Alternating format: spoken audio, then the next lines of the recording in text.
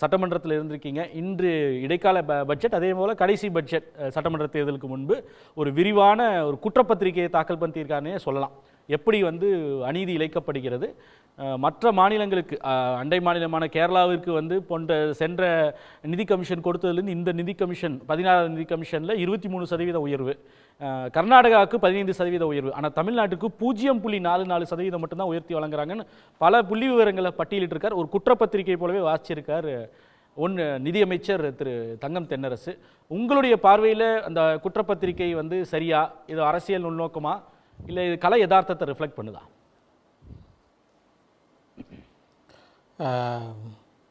Sun தொலைக்காட்சி நேயர்கள் அனைவர்களுக்கும் என்னுடைய நெஞ்சார்ந்த வாழ்த்துக்கள். இன்று சட்டமன்ற பேரவையில் சமர்ப்பிக்கப்பட்டது ஒரு இடைக்கால பட்ஜெட். இது ஒரு முழுமையான வரவு செலவு திட்டம் அல்ல, நிதிநிலை அறிக்கை அல்ல. சட்டமன்ற தேர்தலை எதிர்நோக்கி கொண்டிருக்கக்கூடிய ஒரு சூழலில் மரபுப்படி ஒரு இடைக்கால நிதிநிலை அறிக்கையை தான் நம்முடைய மாண்புமிகு நிதியமைச்சர் அவர்கள் இன்று அவையில் ஏறத்தாழ 2 மணி நேரம் 22 நிமிடம் இந்த பட்ஜெட் உரையை ஆற்றியிருக்கிறார். இந்த நிதிநிலை அறிக்கை நீங்கள் முன்னுரையிலே குறிப்பிட்டது போல, அமைச்சர் அவர்கள் சட்டமன்றத்தில் உரையாற்றியது போல, இது அரசியல் ரீதியான ஒரு பார்வையில் வாசிக்கப்பட்ட ஒரு அறிக்கையாக நான் பார்க்கவில்லை.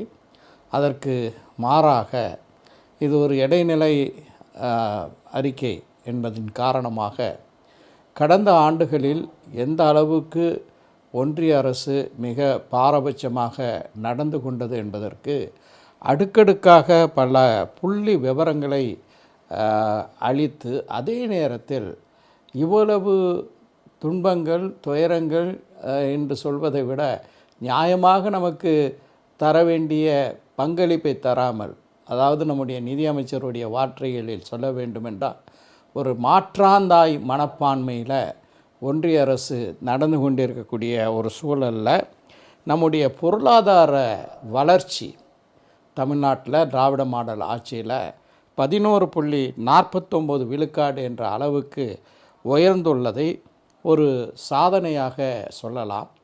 பல தளங்களிலே இவ்வளவு நெருக்கடிகளுக்கு மத்தியிலையும் இந்த அரசு சாதனை புரிந்திருக்கின்றது. உதாரணமாக சொல்ல வேண்டுமென்றால், மின்னணு உற்பத்தியில், அதாவது மின்னணு பொருட்களுடைய ஏற்றுமதியில் நாட்டிலேயே முதன்மையான மாநிலமாக தமிழ்நாடு திகழக்கூடிய ஒரு நிலையை பார்க்கிறோம்.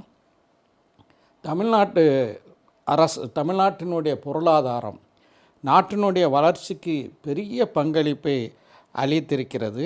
அதே நேரத்தில் வரி வருவாயிலையும் முன்னிலையில் இருக்கக்கூடிய ஒரு மாநிலமாக திகழ்ந்தாலும் கூட, இதற்கேற்ப நாம் செலுத்தக்கூடிய அந்த வரி வருவாய்க்கு, ஒன்றிய அரசுக்கு செலுத்தக்கூடிய அந்த வருவாய்க்கு ஏற்றாற்போல ஒன்றிய அரசு நமக்கு நிதி ஒதுக்கீடு தரவில்லை என்பது ஒரு பக்கம். அதே போல் ஒன்றிய அரசு ஒப்புக்கொண்ட திட்டங்கள், உதாரணமாக சொல்ல வேண்டுமென்றால் நாம் அனைவருக்கும் தெரிந்தது மெட்ரோ ரயில் திட்டம், அதே போல் பேரிடர் நிவாரண நிதி, அதே போல் கல்வி சுகாதார கட்டமைப்புகளை உருவாக்கக்கூடிய விஷயங்கள், இவற்றிலும் கூட அந்த வாக்களிக்கப்பட்ட நிதியை கூட வழங்கப்படாதது ஒரு மிகப்பெரிய பாரபட்சம் இல்லாமல் அதை வேறு எப்படி வர்ணிக்க முடியும்? உடனுக்குடன் செய்திகளை தெரிந்து கொள்ள சன் நியூஸ் பெல் ஐகானை கிளிக் பண்ணுங்க.